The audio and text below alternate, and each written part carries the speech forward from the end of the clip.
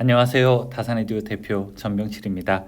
오늘은 여러분과 함께 전기기능사 실기 작업 후의 체크리스트에 대해서 알아보겠습니다.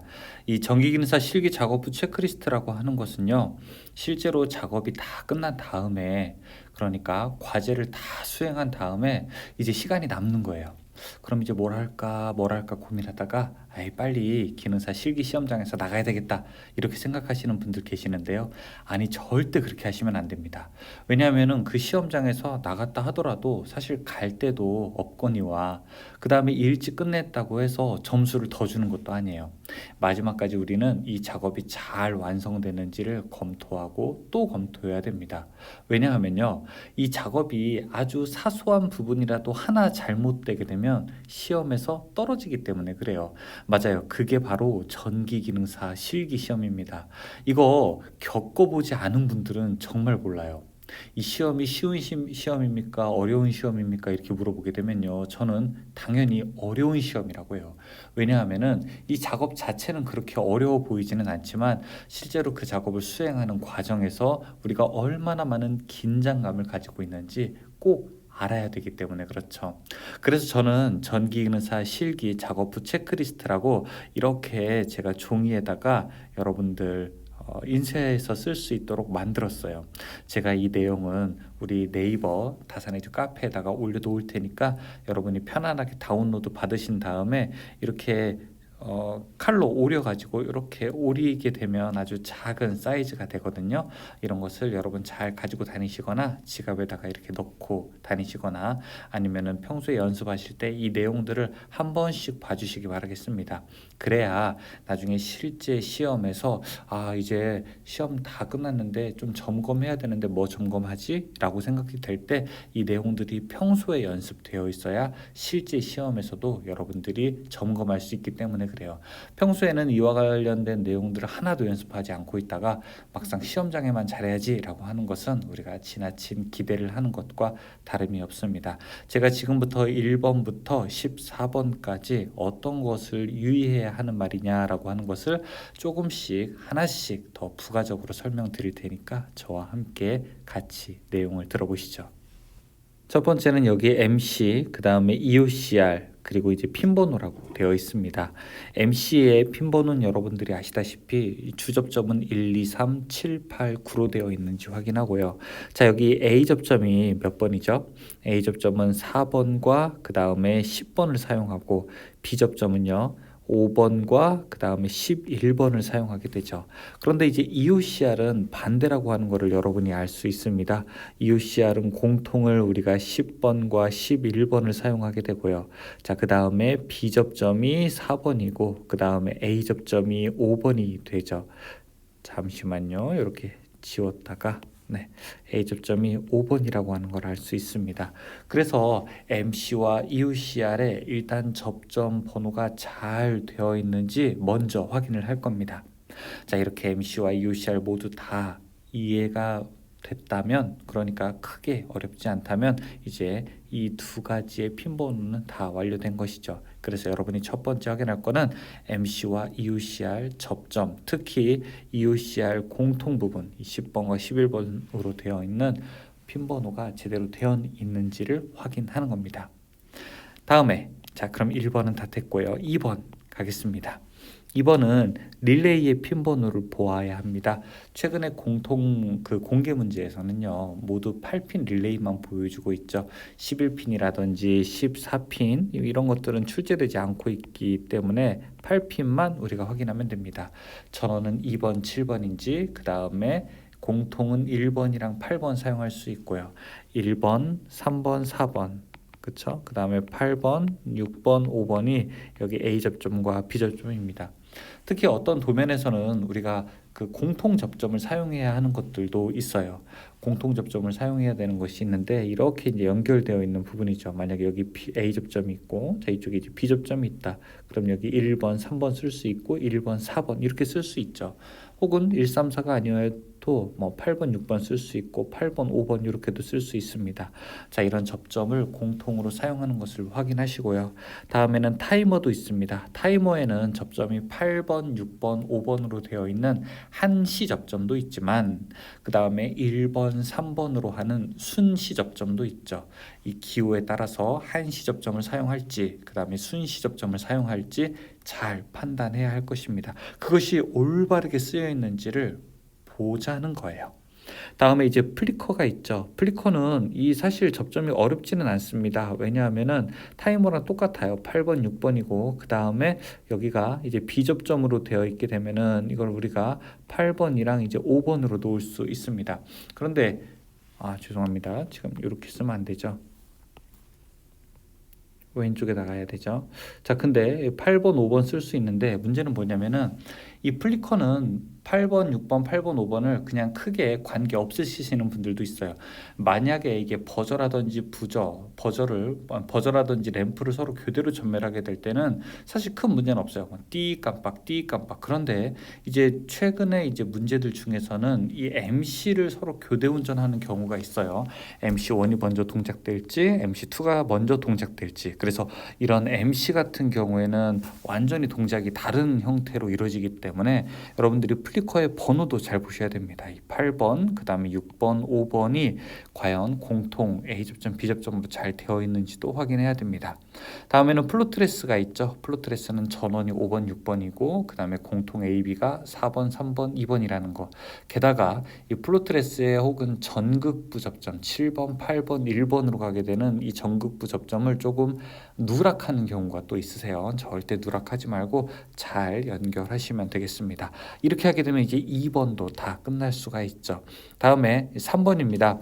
제어반 기구 위치를 확인하라고 되어 있어요. 보통 우리가 기구의 위치는 좌에서부터 오른쪽으로 번호가 커지는 순서대로 됩니다.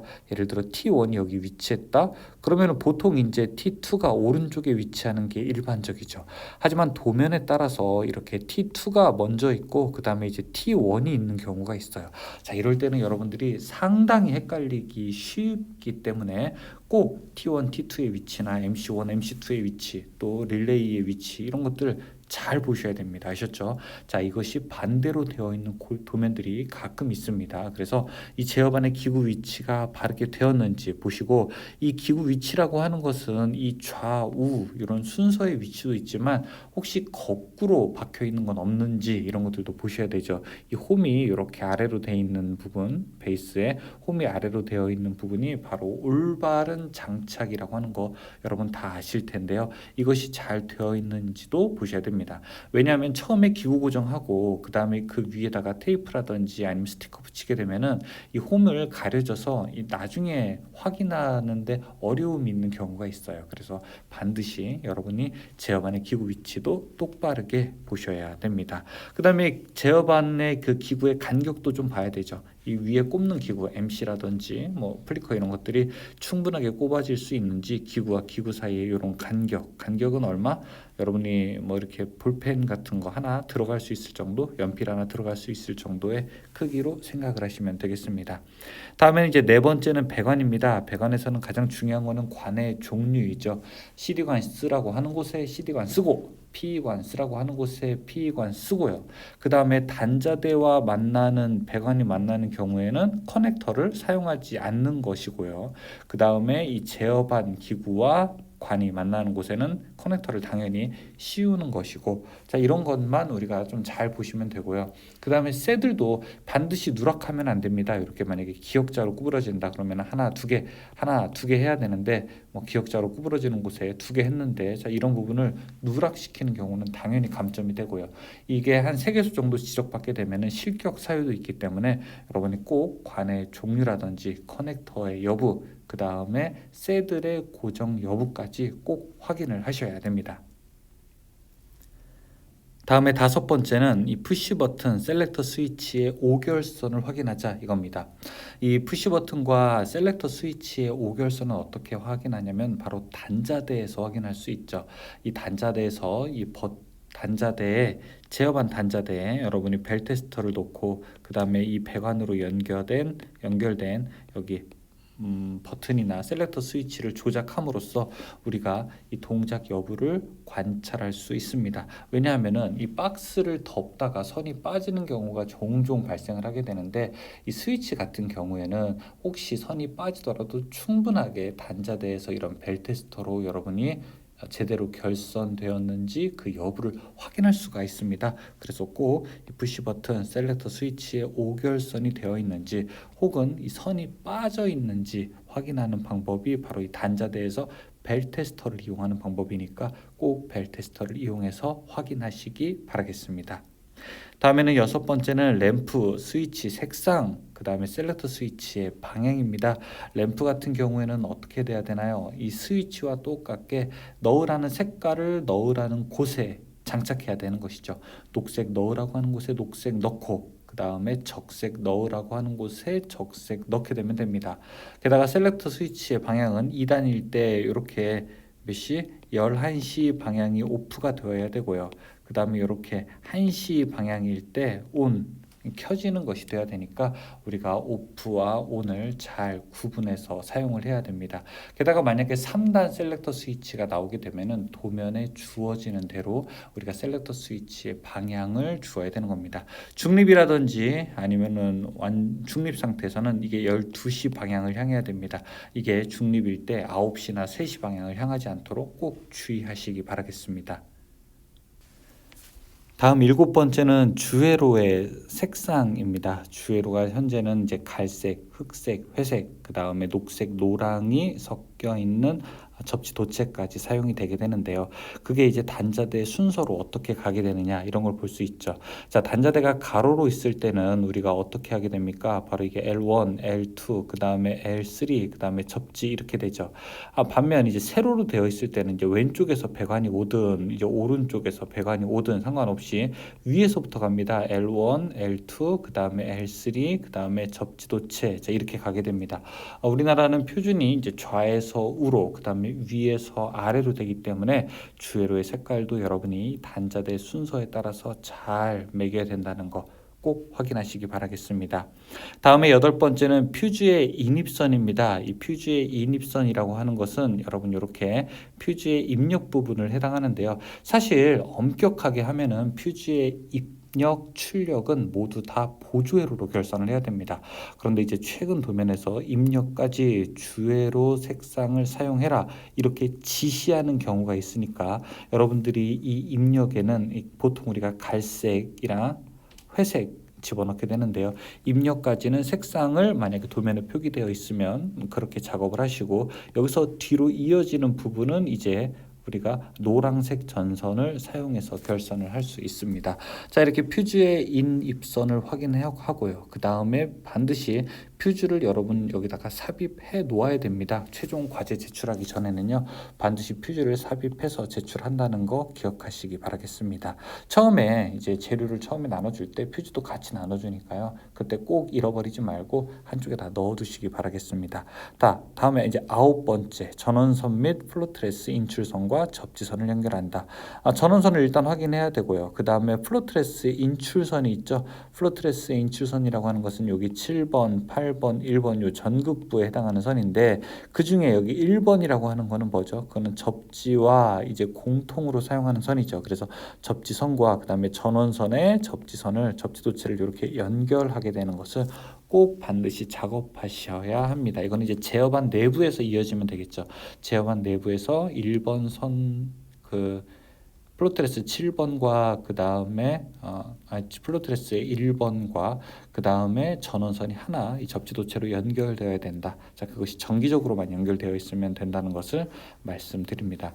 다음에 열 번째는요, 덜 조여진 단자를 확인하는 겁니다. 이게 사실은 전동 드라이버 같은 걸로 작업을 하게 되면은 전동 드라이버에서는 딱딱딱딱 하면서 다 조여진 것 같은데 실제로 덜 조여진 경우가 있습니다. 혹은 이제 피복을 너무 짧게 벗겨서 이 피복이 이렇게 단자에 겹치는 경우도 발생을 하게 되죠. 그래서 여러분이 마지막에 좀 시간이 더 된다라고 하면은 이제 수동 드라이버를 들고 혹시 좀 덜 조여진 단자가 있는지 이렇게 손으로 살짝씩 조여줄 필요가 있습니다. 피복을 좀 충분하게 벗기시면 좋겠어요. 그래서 이렇게 단자가 있으면은 단자에 이 구리도체가 조금 보이는 정도까지 올 수 있도록 좀 피복을 충분하게 벗기시고 그 다음에 단자를 확실하게 좀 조우는 것이 필요합니다. 그래서 우리가 마지막에 덜 조여진 단자도 한번 확인할 필요가 있습니다. 그리고 11번은 램프의 전구를 조이는 겁니다.